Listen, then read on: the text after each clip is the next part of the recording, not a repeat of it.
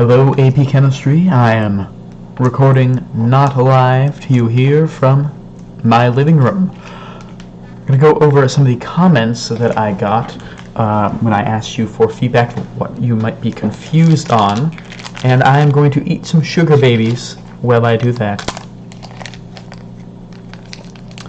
So I have a whiteboard I'll use here, as well as I'll also get the exam resources. I'll get AP Classroom pulled up as well. I'm gonna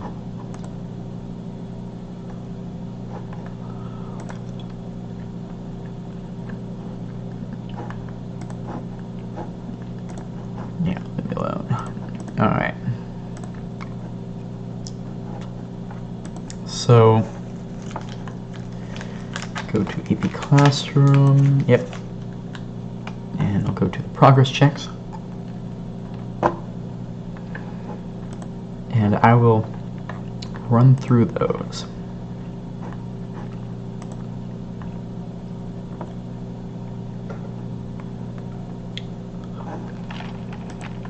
We're also covering the questions you asked. So Jeremiah said that he was particularly confused on section 312. 312 is, let me also go, you know what, I actually don't think I can. Okay, there we go. The photoelectric effect. We really did not have much time to go over this, and I apologize for these last few ones being really rushed. I just wanted to give a quick discussion of these before I could leave, but really before I left, but now that I have a little more time. The photoelectric effect is a description of the, it's basically when a photon is emitted or absorbed. Right? Every photon is, remember, both a particle and a wave. You can think of it as a packet of energy. It has a wavelength, a frequency, and an energy.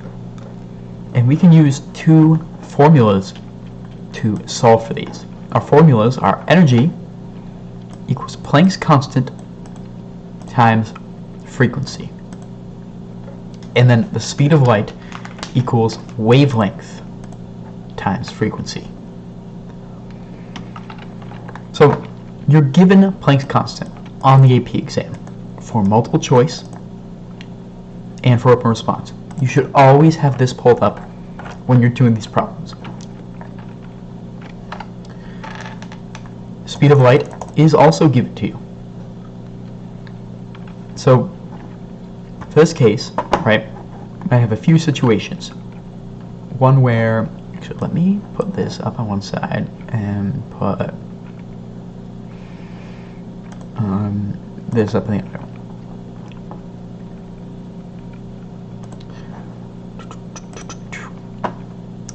I'd have one situation where you are trying to calculate the energy. You have E equals HV. But what if you are only given wavelength? In that case, UC equals wavelength times frequency, and we can solve for frequency because the speed of light is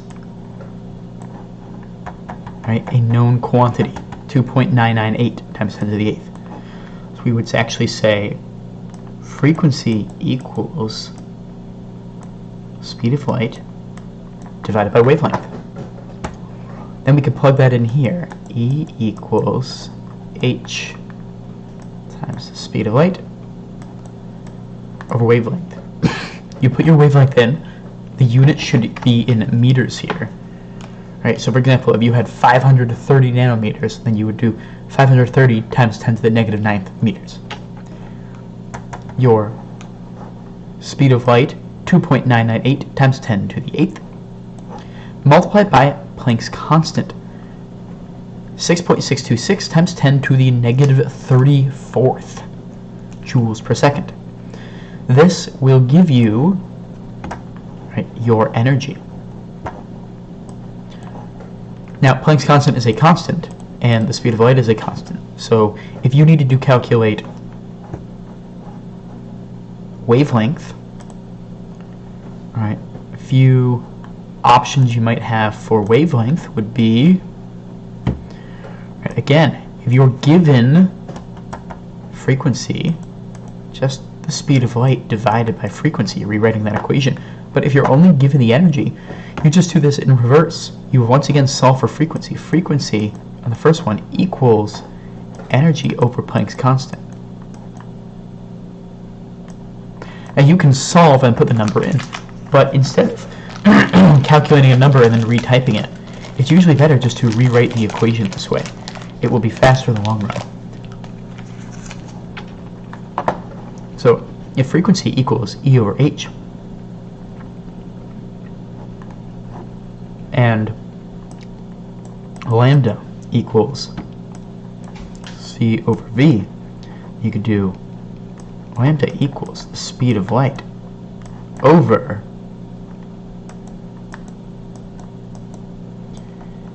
E over H. When you have, right, a denominator in another denominator, that flips to the top. So lambda equals the speed of light times Planck's constant divided by energy. And calculating frequency is even simpler, as it appears in both equations already. So no matter what you have, you can calculate frequency.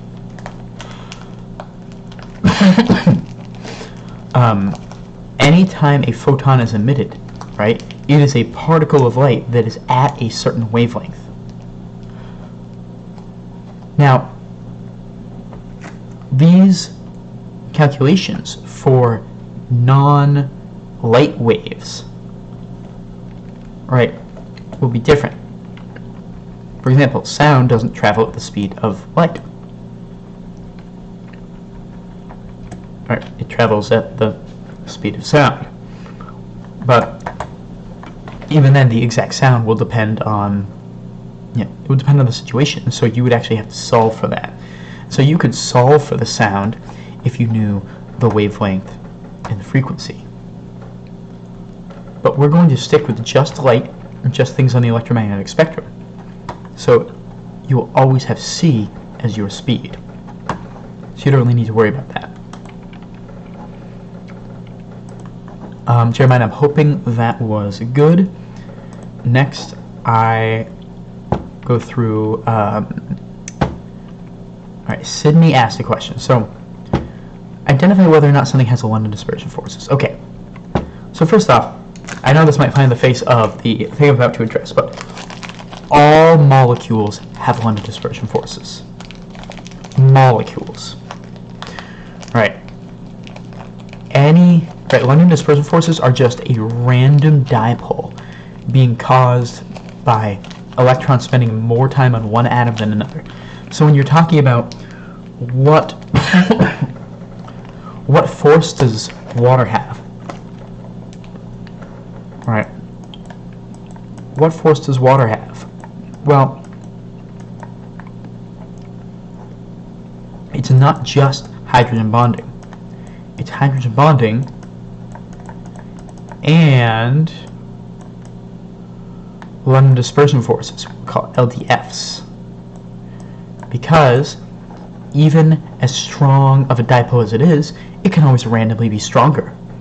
So every molecule will have London dispersion forces. So I'll tell you later on in the year, when we get to the midterm, you're going to be asked a question to identify what the forces are, right? Which forces are present for a particular molecule. And your answer should always include London dispersion forces for every single molecule, whether it's polar or nonpolar, because you can always randomly have an even further dipole. Especially, it would be easier to see in something like this. Ethanol.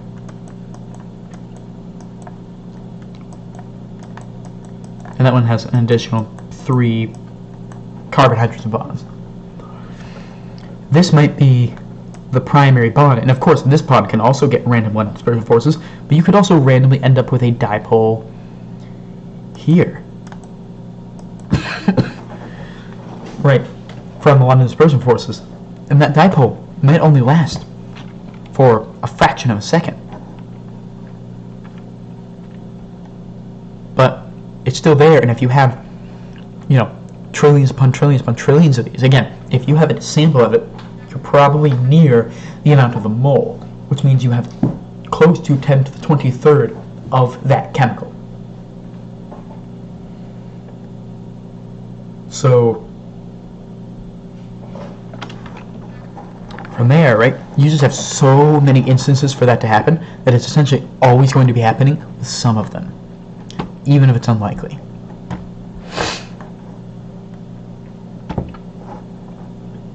That being said, let me look at these specific problems you had, or questions you had.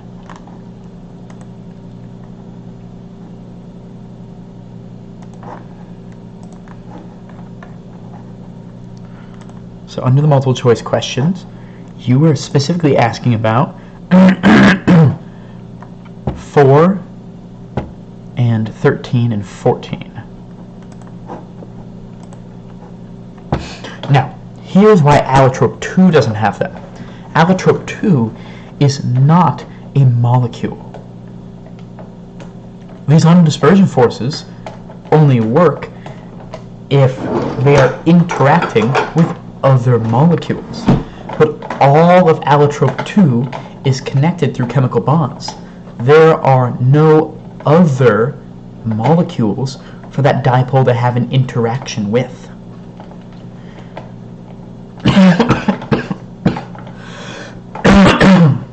Allotrope 2, right, would have a network covalent bond. It's a series of covalent bonds, right, and it is stronger than the dispersion forces here. To get this to melt, all you have to do is overcome the dispersion forces holding each of these crystals together, those weak random forces. To get this one to melt, right, you have to break apart its structure, because all of these are covalently bonded together in a large network covalent compound. Right? Similar to like a diamond, is going to be very hard to melt, because it's not just separating a bunch of molecules that make up a diamond. The whole diamond is all connected with bonds. There are no forces to break. You need to break the bonds if you want to give them free movement.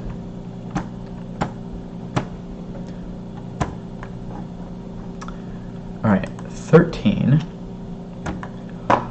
Equimolar samples of CH4 and C2H6 are identical. Are in identical containers. C2H6 deviates more. Why? They are both nonpolar. Neither of them have any intermolecular forces other than London dispersion forces. But you have to remember, the larger something is, the more electrons it has and the more random chances it has of being polarized randomly with London dispersion forces. So, right, molecules have a larger, more polarizable electron cloud than CH4, just because it's, again, physically larger. It's larger because you have more atoms, you have more electrons, so you have a more overall large electron cloud, so they have a greater chance of being randomly polarized. And 14, a lot of you mentioned 14.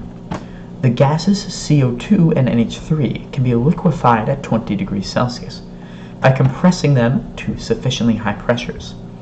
A student claims that NH3 can be liquefied at a lower pressure than CO2 can be liquefied. Which of the following is the best justification for this claim? If you can turn something into a liquid, so let's think about what that means. if you need to force something, put a really high pressure on something to turn it into a liquid, that means you have to work really hard to push them together, which means they don't have a lot of attractive forces pushing them together, or pulling them together. You need to physically push them together with pressure. CO2 is non-polar, right? Carbon has no lone pairs, right? The oxygens cancel out. Well, both the CO bonds themselves are polar, the overall molecule is non-polar. What that means is it only has a London dispersion forces. Those are the only thing holding it together. However, NH3 does have a lone pair on the nitrogen. Right? It looks like this. That lone pair is going to disrupt its geometric shape and make the whole molecule polar, because one part of the molecule has a high density of electron clouds, right? Very negative there, and the rest of these parts that are pushed away are less so. Not to mention, nitrogen is a polar element. Is a electronegative element, making each of these bonds polar, and the lone pair electrons making them not cancel out means that polarity isn't being canceled. If nitrogen had no lone pair and just the 3 bonds, then it would be canceled. Or we can look at the case of NH4. Right, in the case of NH4, these bonds are canceling each other out. Of course, NH4 will just turn into NH3 and then be polar that way. So the point there is a little moot. So, NH3 can be liquefied at lower pressure because it has greater intermolecular forces. You have more positive points and more negative points pulling each other together, so you don't need as much pressure to liquefy them. Right? The more pressure you're using, the more you're pressing them together. Right? We use the word here specifically, compressing. And this is, again, one of those cases where you're not going to be told every single, right? There are so many different ways we can approach intermolecular forces that we really can't cover all of them. Right? Here's this idea, you're pressing them together at a lower pressure. NH3 can use its attractions to pull together and be a liquid. But CO2 doesn't have the same attractions. It only has London dispersion forces. NH3 has the London dispersion forces, because everything does, and hydrogen bonding.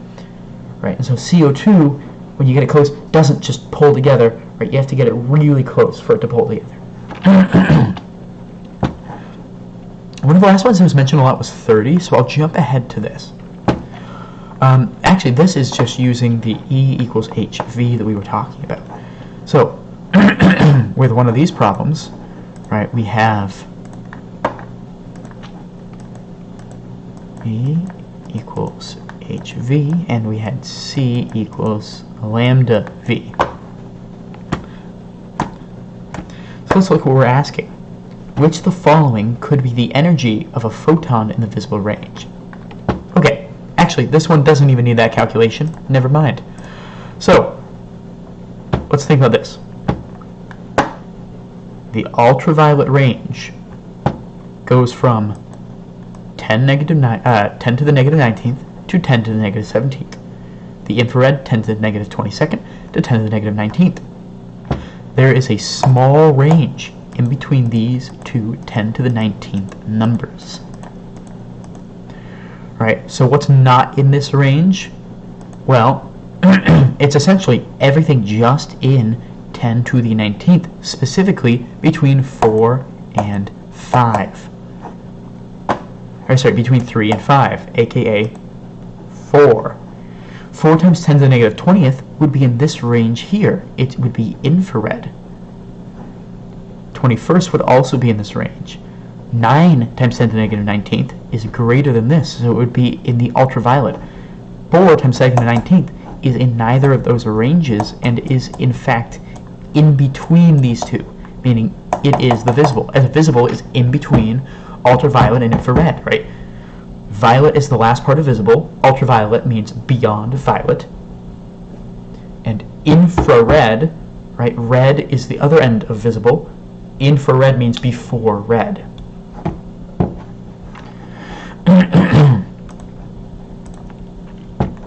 Okay. So, Arini asked, charge to size, when I copied that, I forgot the C.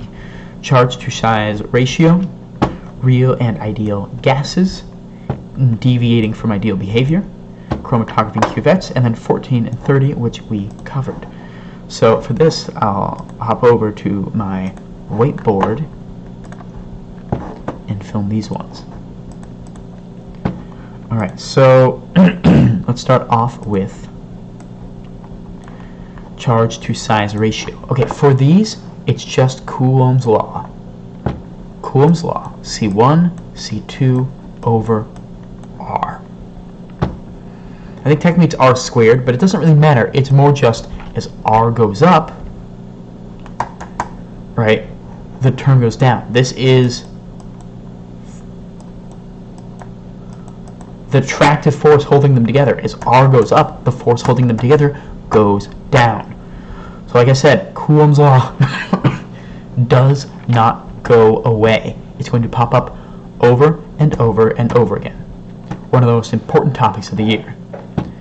So if we're talking about two different ions, let's say, with their force holding them together, and we have calcium, which is 2 plus, and chlorine, it's 1 minus. Okay, here's an easy place to think, easy way to think. Calcium chloride, right? We have 2 chlorines, so we have a total charge of 2 minus. But this calcium is holding, wow, that was bad. This calcium is holding on to each of these chlorines separately.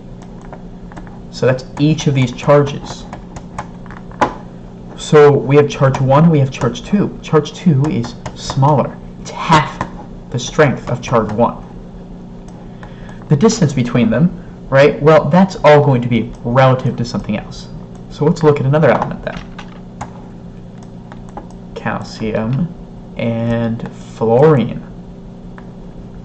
If we have calcium fluoride, so all of a sudden we have calcium and fluorine, well, fluorine is much smaller than chlorine, and therefore the radius is smaller. If you divide by a smaller number, you get a larger force. Let's imagine a situation here where we assign the radius a value of 1 versus 2. We have a charge of 2 and a charge of 1. 2 plus 1 minus equals 2. And we could do a radius squared. Well, let's say chlorine has a radius of 2. That would be 4 and give us 1/2. This isn't an exact case. That's obviously, a radius isn't just 1 or 2, right? So this is me trying to show you how we can, simplify something. It's just an example. If fluorine is 1, well, 2 times 1 over 1 squared equals 2. So the squared nature, right, or sorry, the exponent on the R, right, makes this part exponentially more effective.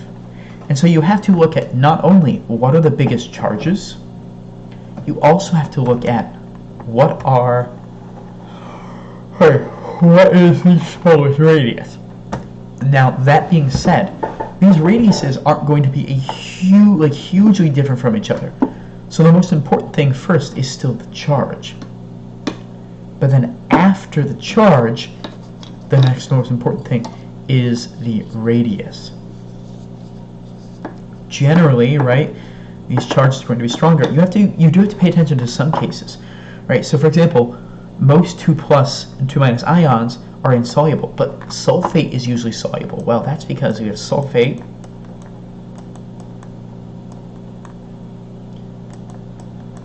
right? It's 2 minus, but each of its minuses are something different. And so when we're calculating, really, it's a 1 minus charge with a 1 plus charge, like that. Or if it's a 3 plus, right, they're going to be canceling out. And it might seem like it's hard to imagine, like, oh, well, if it's 3 plus, how's that going to work? Well, that's because it's not just one set of each. It's not one sulfate and one aluminum, say, right? We have a huge array of them. But the force is the combination of, like, each, in between each little array. And that's the force you need to overcome. If you can overcome one, you can overcome all of them. Sorry, I still have a cough that I had before we left. All right. Ideal gas and real gas. Okay.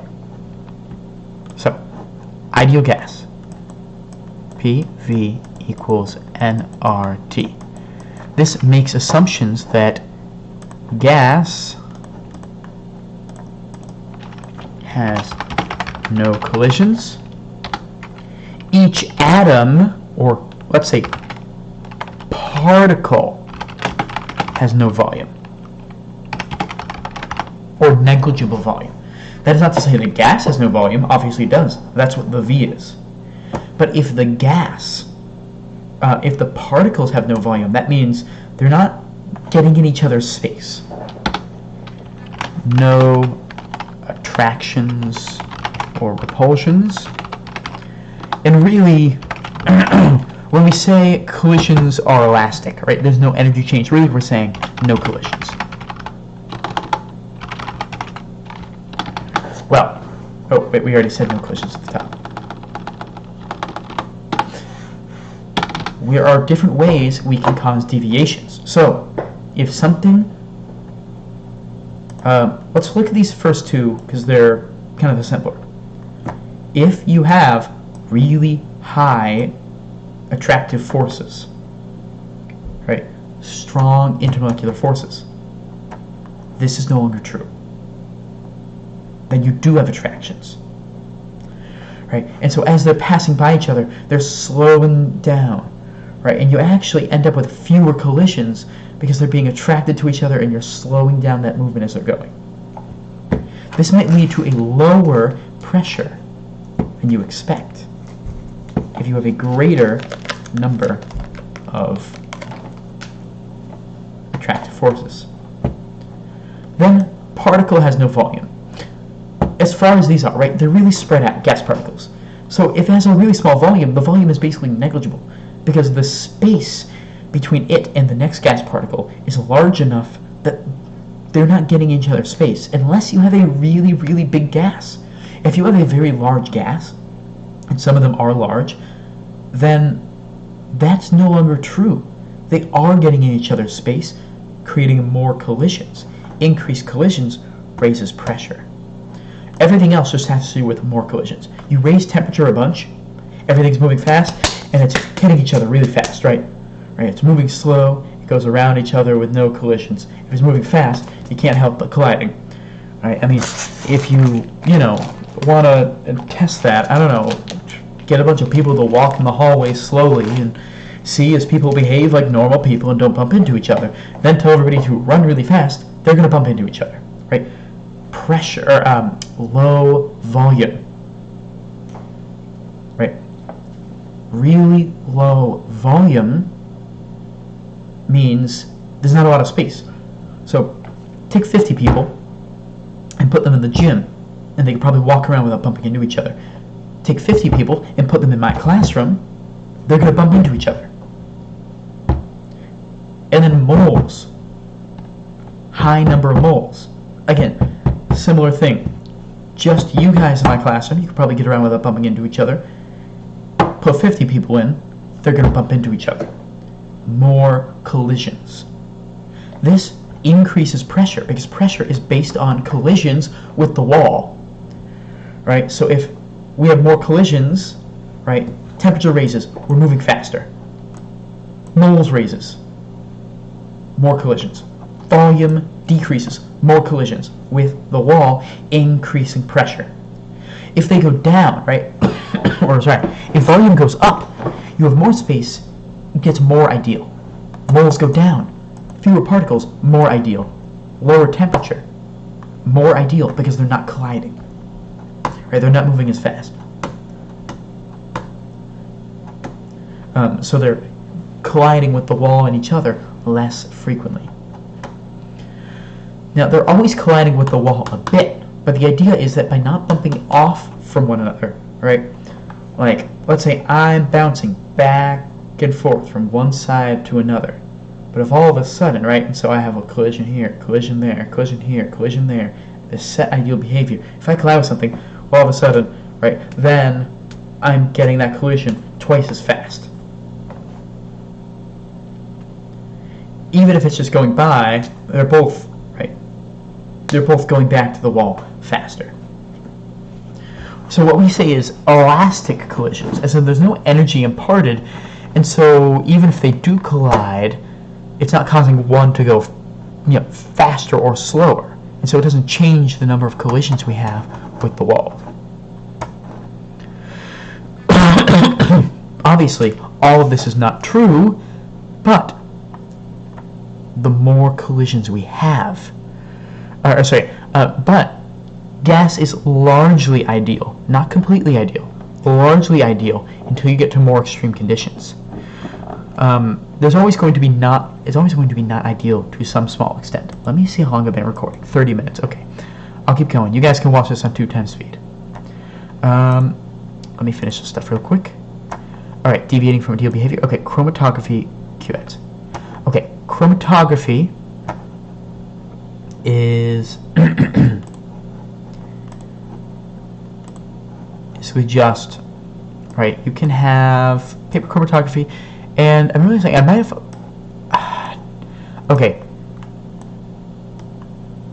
I apologize because I've just been so tired with everything for the baby. I'm actually drawing a blank as to whether or not column chromatography is a thing in the AP exam. So I'll assume it is for this. Paper chromatography. This is the one we already covered.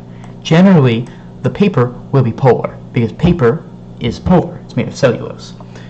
So the paper is polar, and you have a non-polar liquid. Polar things stick to the paper more. Non-polar things, right, don't stick to the paper. That being said, what you use as your solvent, right, the liquid would be called a mobile phase. The paper would be called a stationary phase. So here's where things get maybe a little confusing. It's because you can choose what you use for each. But generally, if you're just using paper as a standard stationary phase, that's always going to be polar. So you might change the polarity of this depending on what you need to do. If you need to separate a bunch of more polar things, then maybe you'll use a more polar liquid, right? And you have to find some perfect ratio that will drag the most polar things further up, right? And basically cause maximum separation. You might do a mix of polar and non-polar. For our specific purposes, right? A non-polar solvent or non-polar mobile phase will carry non-polar things further, and the polar things get stuck. But if you want some polar things to go further, if you have completely non-polar, then all of the polar things might get stuck right away. So again, this would be a case where you would know your chemical and you would choose the mobile and stationary phase depending on it. So let's say you have some more polar things, then maybe you add some polar stuff to this, and so it carries the different polar things with it further up, and it allows them to separate depending on how polar they are. A column, you would have a lot more choice. So a column is basically going to be like a long tube, and this would be more for like industrial stuff. So there'd be two types of columns actually. Imagine one where it is, so actually let me show you chromatography column.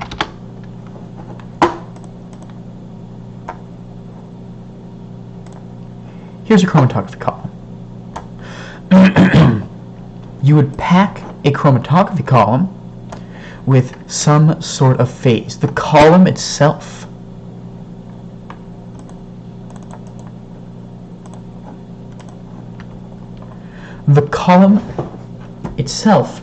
might have a polar or non-polar coating on the edge. But more commonly, you would pack it with like a bead, like a bunch of beads that are polar or non-polar. And so the more polar things are getting stuck on different layers. And here, you would choose either a polar like bead in a non-polar liquid, or a non-polar bead in a polar liquid, and you would carefully have to choose each individual chemical based on what you're trying to separate. So you would know what you're trying to separate, know their polarities, and you would have to carefully choose the chemicals that are going to do their best in separating that. This would be for small laboratory samples. We also would have industrial chromatography.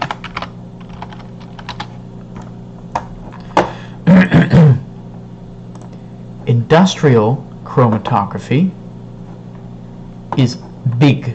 This is like when people are making things in labs, not just to test, but for you to eventually consume. It's basically the same idea as the column, and which is really the same idea as the paper. The paper is just like you have one stationary phase. It's just the paper. You have a roll of paper. You can't customize that at all. The polarity is just whatever is on that paper. This is more like the column where it's customizable, but it follows the same concepts. And so this would be for just like huge amounts so that they can make the medicine that you take, right? They need to separate that from all the other chemicals. You guys might not know this, so I'm going to ruin your lives a little bit and tell you that artificial vanilla flavoring is made from a chemical called castor, which comes from a gland right next to a beaver's anus. And so they collect all this beaver anus stuff. It doesn't come from the anus, right next to the anus, right? And they put it through a chromatography and column, and they use chemistry to separate out all that poop, right, and urine and stuff like that, and they collect large amounts, and then they can make artificial chemicals with it.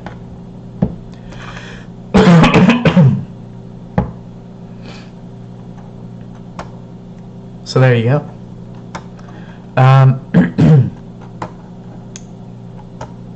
But that's actually why beaver butts smell rather sweet. It apparently is not an unpleasant smell, actually. All right, and cuvettes. Hopefully that's good for chromatography. If not, I'll cover chromatography more when I get back. Cuvettes are just little holders. Generally, they're 1 centimeter across. So that when we do Beer's law, which is A equals EBC, our path length, which is B, is just 1. That means that it's basically not in the equation because you're just multiplying by 1, changing nothing. So really, it's just like A equals EC. Technically, the B is there. We just choose 1. The idea behind a cuvette is it's just a plastic or quartz container. You pass light through a cuvette. The more chemical you have, let's say this one has, let's say it's a 3 to 5 ratio. Not that it has 3 versus 5, but it's a ratio of 3 to 5. Some light is going to pass through this, some will be absorbed. Let's say the same light is sent through, and less light passes through because more is absorbed because you have more stuff in the cuvette. So that's Beer's law. We measure this, and we get a percentage of the light that is transmitted, called percent transmittance. Sorry, I am writing with my mouse. I could type, but whatever. Actually, I will do that. This is percent transmittance, aka what percent of it made it through. If you take the negative log of percent transmittance, you will get what we call absorbance. This is the absorbance that is used in A equals EBC. Absorbance cannot be higher than 1.